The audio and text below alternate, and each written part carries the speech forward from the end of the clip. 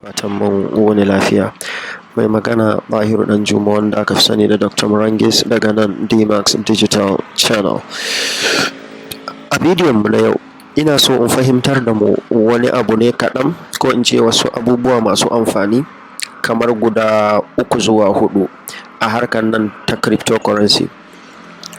Akwai waɗanda sun shiga cikin wannan harkar ɗin a duhun kai, kuma gaskiya ba su zauna sun nemi ilimin ba, to shi yasa na zaɓi ina bayar da wannan ilimin nawa da Allah ya bani akan wannan harka a YouTube channel saboda duniya ta samu, ko kuma in ce Najeriya, 'yan uwana da wasu waɗanda suke duniya a watse su gani su samu. Akwai waɗanda kuma sun shiga harkan ɗin har ilawa yau a duhun kai again.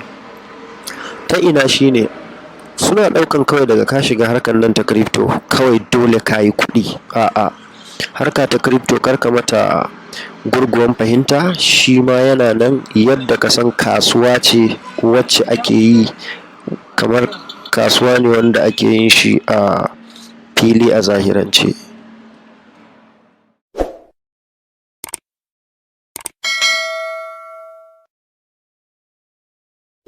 Crypto ita ma tamkar kasuwanci ne yadda ka sani a zahirance. Ba wai mutum ka dinga tunanin kawai daga ka shiga za ka yi arziki ba ne da wuri. A'a, in Allah ya tsaga za ka yi arziki a ciki za ka yi, in Allah bai tsaga ba ba za ka yi ba, kamar yadda kuka sani kuke kasuwancin ku ne na zahiri. So ba tare da ɓata lokaci ba, kan na cika ku da magana. Wanda bai yi subscribing ba ya yi subscribing ɗin wannan channel ɗin, saboda in na sake video a kowane week ake samu. Masha Allah. Sai ka sauko ƙasa. Idan muka kula a nan ga portfolio, ga coins, ga new coins, ga gainers and the rest, shi ma in kuka lura a nan guraren duka ya nuna mana.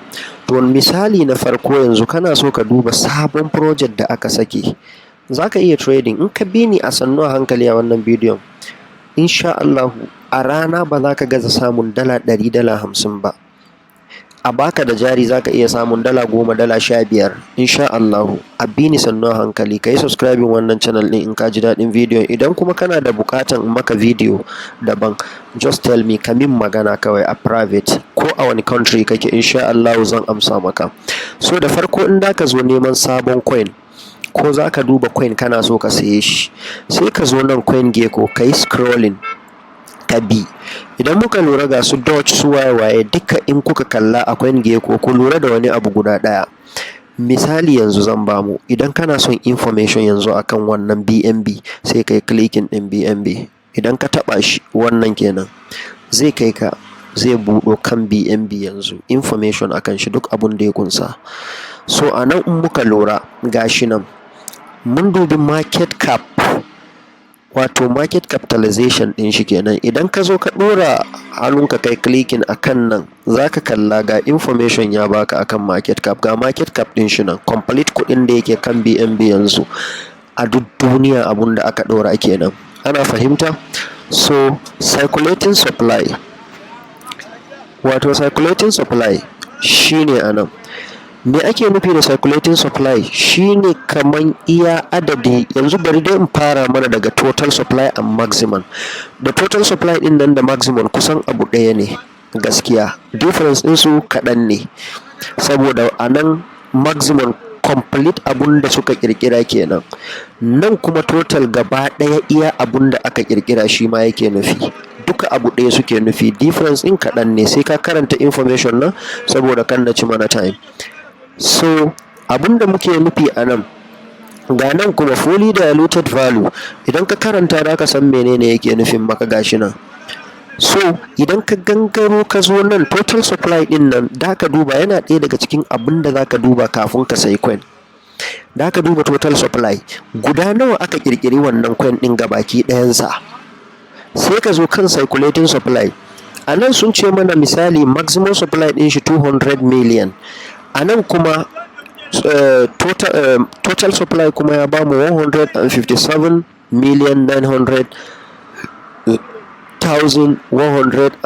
157,900,174, abun da suka bar shi yake supply. To ga circulation kuma iya abin da yake circulating a duniya kenan. In aka ce circulating supply dukka gabaki ɗaya out of a cikin miliyan 200 da aka yi, gaba ɗaya abin da yake juyawa ake saye da sayarwa a kan shi shine ƙwaya miliyan 157, kusan miliyan 158. Dole za ka duba wannan, ana fahimta? Dole za ka duba shi sai ka tabbatar da waɗannan abu guda biyun ɗin. Abu na uku kuma za ka sake komawa kan wallet ɗinsu. Wannan kuma a gaban nan ne zan nuna mana yadda za ka tafi. A nan in muka lura gashi ya ce contract, a nan in muka lura gashi ya nuna mana a ɗigo guda uku a nan gurin, an gan shi wannan gunga ɗigo guda uku a nan. Sai ka taɓa ɗigo guda ukun nan, idan ka taɓa zai nuna ma contract address ɗinsa gashi nan. T-scan duk wani coin ɗin da yake blockchain ɗin Binance, in muka lura ga sunan a nan Binance BSC scan, a nan ake zuwa a yi tracking na contract address, a gane cewa abunda aka samu information a dukka wannan gurin gaba ɗaya abunda muka karanta a nan shin ya tabbata gaskiya ne? Ana fahimta? Za ka je ka duba shi, muna ganewa? So sai ka tafi BSC scan ka je ka duba shi. Idan ba za ka iya ba, nan ai suka ce mana menene website gashi nan ko binance.com, za ka iya clicking din binance.com da ka je ka samu information a gurin din. Abu na hudu da nake so in sake sa mana, akwai abun da muke kiran shi roadmap. Abu na uku, sorry, muna kiran shi roadmap. Da ka duba tun daga farin coin din project din, an tsara shi tun daga kirkiransa har zuwa ƙarshen program din da a yi a gama a kan shi, an tsara. Abu na hudu da ka duba shine me use case. Menene use case? Misali idan aka kirkiri kowane cryptocurrency ko token, ba a kirkiransa sai don dai yi solving issue na wani abu. Bi ma'ana yanzu misali sai aka ce an kirkiri coin mai suna sleepers, an kirkire shi guda biliyan 1, sai aka ce zai yi sorting din issue sayan pure water. To kai kanka ka san wannan coin din ba project mai kyau bane. Pure water kan a ina ne ake amfani da shi? A iya Najeriya ne, a Najeriya ma sai ƙauyuka yanzu duk ruwan gora ake amfani da shi. To amma da ka zo sai aka ce ma wannan coin din sunansa sleepers, an kirkire shi don ya yi sorting din issue moto Honda ma a ce mu ɗauka mu ce Kia Ultima. To wannan kasan dai coin ne mai fasali. To a matsayin mu kuma na musulmai mun san muna da haram muna da halak a harka. To idan aka zo aka kirkiri coin aka ce kuma zai yi solving issue ne, an kirkire shi za a yi transaction, da a yi harka da shi na sai da giya da caca da sauransu. Wannan ba harka ce ta halak da damu shiga ba a matsayin mu na musulmai.